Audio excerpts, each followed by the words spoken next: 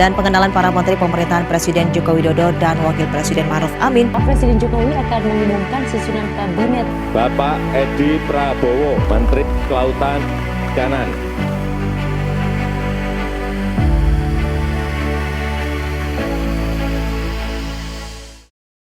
Perlu lompatan-lompatan besar dalam menata ekosistem industri perikanan dan kelautan kita, mulai dari hulu sampai ke hilir. Kebijakan kelautan harus betul-betul bisa mengantisipasi dan mengadaptasi perkembangan teknologi baru, sehingga bisa membuat industri perikanan kita makin produktif dan juga makin kompetitif. Sejak dilantik pada 23 Oktober 2019, Menteri Edi konsisten menjalankan berbagai strategi dan gebrakan guna mendorong kemajuan sektor kelautan dan perikanan Indonesia. Amanah besar yang dititipkan Presiden kepadanya untuk memperbaiki komunikasi dengan nelayan dan meningkatkan sektor perikanan budidaya. 1 tahun menjadi waktu yang singkat, menyusuri hampir seluruh wilayah Indonesia. Menteri Edi mencatat setiap keluhan dan masukan nelayan. Diawali dari yang terdekat di wilayah Jakarta hingga timur Indonesia tak luput dari perhatiannya. Sebetulnya permintaan Pak Jokowi kepada Pak Edi terkait keran komunikasi sudah dilaksanakan dengan baik, Mbak.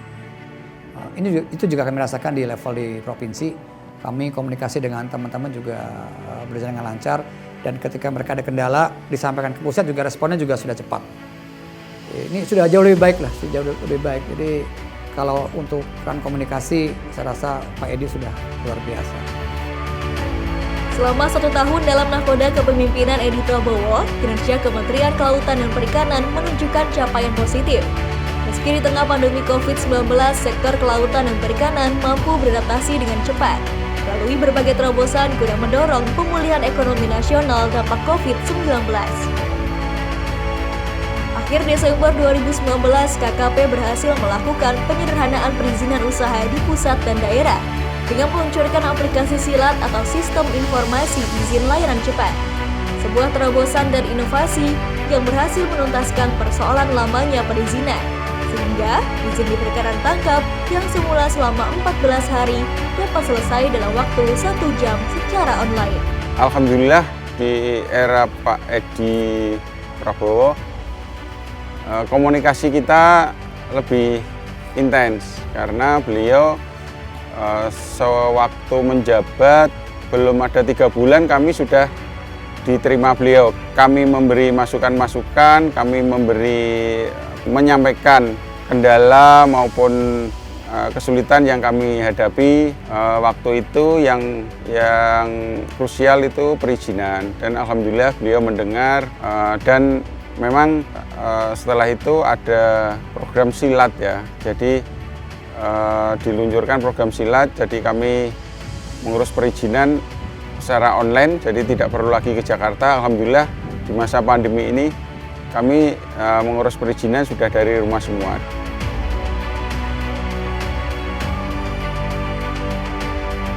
KKP juga memberi kemudahan akses permodalan melalui peran BLU LPM UKP dengan realisasi penyaluran BLU dan KUR guna mendukung peningkatan kesejahteraan nelayan dan pelaku usaha perikanan. Realisasi KUR sektor KP per 14 September telah mencapai 3 triliun rupiah untuk 91.781 pelaku usaha atau 100% dari target 2020 yang ditetapkan. Estimasi capaian KUR final adalah sebesar 3,5 sampai 4 triliun rupiah. Tak hanya itu, KKP juga mengupayakan perlindungan dan jaminan atas hak-hak awak kapal dan pekerja sektor kelautan dan perikanan. Asuransi nelayan, saya kasih jempol. Ini the best. Kalau bisa kita tingkatkan, nelayan-nelayan kita akan merasa secure, merasa aman karena ada asuransi. Nah ini kalau kita bisa cover lebih banyak lagi, wah ini hebat. Ini saya suka banget ini. Selain membangun komunikasi dengan nelayan, KKP terus mendorong peningkatan perikanan budidaya. Meski sempat terdampak pada awal pandemi COVID-19 yang berpengaruh terhadap perkembangan nilai tukar pembudidaya ikan dan nilai tukar usaha pembudidaya ikan yang sempat menurun, pada akhirnya mampu mengalami peningkatan. Hingga pada September 2020 ini, nilai tukar pembudidaya ikan mencapai 100,51. dan nilai tukar usaha pembudidaya ikan mencapai 100,66. Kemudian, capaian pendapatan pembudidaya ikan per Juni 2020 mencapai 3,29 juta rupiah per bulan. Selain itu, KKP juga melakukan pengembangan kawasan klaster usaha budidaya ikan yang berkelanjutan. Di antaranya berfokus pada penyusunan data kawasan tambak nasional dengan membuat peta kawasan tambak di 5 kabupaten terpilih, yaitu Aceh Timur, Lampung Selatan, Cianjur, Sukamara, dan Buol. Dalam prioritas program kerja KKP tak luput dari pengembangan usaha bidang kelautan dan perikanan. Untuk itu, KKP berupaya meningkatkan standarisasi mutu dan keamanan produk perikanan, serta menghadirkan terobosan agar produk-produk dalam negeri bisa menjangkau berbagai negara. Salah satunya dengan layanan ekspor langsung dari Manado ke Jepang. Selain lebih efisien dalam waktu, juga terjadi efisiensi pengurangan biaya sampai 50% dari jalur sebelumnya. Selain ekspor langsung dari Manado ke Jepang, KKP juga telah meluncurkan ekspor perdana dari Palu ke Jepang dengan komoditas unggulan tuna sirip kuning atau yellowfin tuna. Selain industri besar, UMKM bidang kelautan dan perikanan berhasil bertahan di tengah pandemi COVID-19 dengan bantuan dan pendampingan dari KKP. Terima kasih kepada Bapak Menteri, semoga kedepannya produk kami mendapatkan usaha lebih maju lagi. Terima kasih kami ucapkan pada Bapak Menteri yang telah mendukung pengembangan UMKM di perikanan. Semoga ke depan UMKM perikanan lebih maju dan kami bangga buatan Indonesia.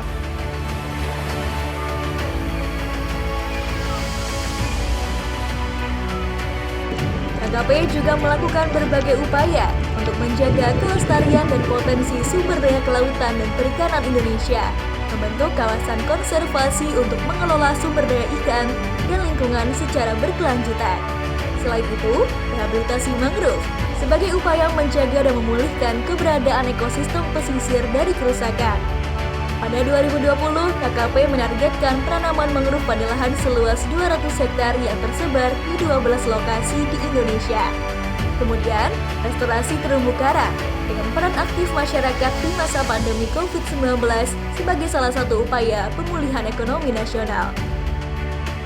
Tak hanya itu, KKP juga mendorong pengembangan usaha garam rakyat atau PUGA dengan upaya meningkatkan produktivitas dan kualitas garam serta menjamin kontinuitas dan membangun kelembagaan usaha garam. Adapun penataan ruang laut dan zonasi juga menjadi salah satu capaian KKP guna mendukung kegiatan perikanan sekaligus menjaga keberlanjutannya.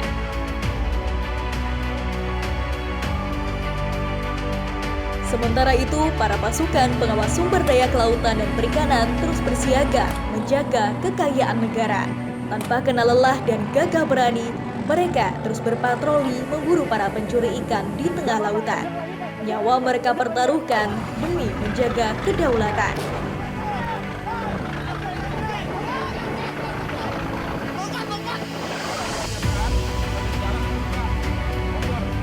KKP senantiasa memperteguh komitmen dalam menjaga kedaulatan laut Indonesia.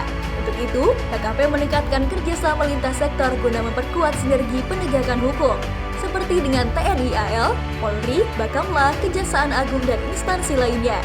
Terbukti dalam 1 tahun terakhir, KKP telah berhasil menangkap 74 kapal. Seiring dengan pesatnya kemajuan teknologi informasi, KKP menyeimbangi dengan penyesuaian yang tepat, sesuai dengan kebutuhan masyarakat kelautan dan perikanan secara luas. Melalui inovasi teknologi yang bermanfaat dan peningkatan kualitas SDM yang unggul, menjadi modal kemajuan pembangunan menuju sektor kelautan dan perikanan yang lebih baik. Dalam pemulihan ekonomi dampak COVID-19, KKP juga melakukan berbagai upaya dengan memberikan stimulus ekonomi, seperti ragam bantuan melalui kegiatan bulan mutu karantina ikan tahun 2020, diberikan kepada masyarakat perikanan terdampak COVID-19 meliputi nelayan, pembudidaya, pengolah ikan hingga tenaga medis. Selain itu, melalui kegiatan Gemar Ikan, KKP juga telah menyerahkan 58.000 paket produk perikanan kepada masyarakat di 116 kabupaten atau kota. Kegiatan ini bertujuan untuk meningkatkan asupan gizi masyarakat terdampak COVID-19 dan sekaligus menyerap pasar produk perikanan UMKM untuk mendukung keberlanjutan usahanya di tengah pandemi COVID-19. Jadi ke depan saya berharap apa yang sudah dilakukan ini selalu menjadi penguatan, keterbukaan ini akan terus kami pertahankan, sehingga orang untuk berinvestasi di sektor ini sudah nggak perlu lagi khawatir akan ada kesulitan, karena semua sudah kita buka dari hulu sampai hilir, dari perizinan sampai perizinan kapal sampai perizinan ekspor, semua kita permudah.